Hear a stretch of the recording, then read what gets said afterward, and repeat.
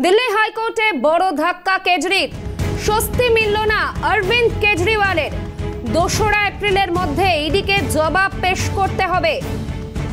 3রা April মামলার পরবর্তী শুনানি। কেজরিওয়ালের দাবি অনৈতিকভাবে গ্রেফতার, সে কারণে দ্রুত ও অন্তর্বর্তী জামিনের আবেদন। সেই মামলাতেই স্বস্তি মিলল না দিল্লির মুখ্যমন্ত্রী।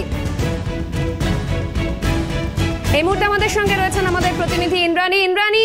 অবশেষে দিল্লিতেও কিন্তু স্বস্তি পেলেন না কেজরিওয়াল। দিল্লি হাইকোর্টে বড় ধাক্কা কেজরির। কি তথ্য রয়েছে তোমার কাছে বিস্তারিত? একদমই দেখো, দিল্লি হাইকোর্টে অরবিন্দ কেজরিওয়াল তিনি অন্তর্বর্তী জামিনের আবেদন করেছিলেন। তার পক্ষ থেকে বলা হয়েছিল এনফোর্সমেন্ট ডিরেক্টরেট তাকে অনৈতিক এবং বেআইনিভাবে গ্রেপ্তার করেছে, এই কারণে তাকে যত দ্রুত সম্ভব অন্তর্বর্তী জামিন দেওয়া হোক। আজকে দিল্লি হাইকোর্টে দীর্ঘক্ষণ 2 দফায় এই মামলার শুনানি চলে এবং সব শেষে কেজরিওয়ালের পক্ষ থেকে তার যে আইনজীবী ছিলেন অভিষেক মনু সিংভি, তিনি বারে বারে দাবি করেন মাত্র 4 জনের সাক্ষ্যের ভিত্তিতে মুখ্যমন্ত্রীকে গ্রেপ্তার করা হয়েছে, এই বিষয়টি অনৈতিক। এর জন্য ডেকে জিজ্ঞাসাবাদ করাই যেত।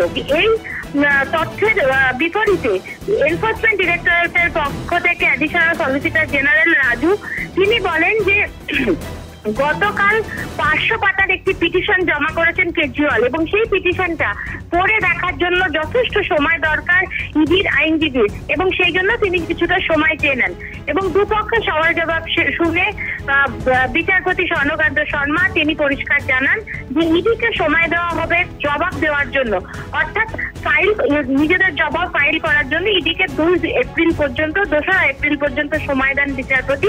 3রা এপ্রিল এই মামলার পরবর্তী শুনানির দিন নির্ধারিত হয়। অর্থাৎ অরবিন্দ কেজরিওয়াল তিনি তো অন্তর্বর্তী জামিনের আবেদন করে দিল্লি হাইকোর্টে শরণাপন্ন হয়েছিলেন, তাতে এখনই কিন্তু কোনো রকম স্বস্তি পেলেন না তিনি। এটা দিল্লির মুখ্যমন্ত্রী অরবিন্দ কেজরিওয়ালের পক্ষে একটি বড় ধাক্কা আমরা বলতেই পারি।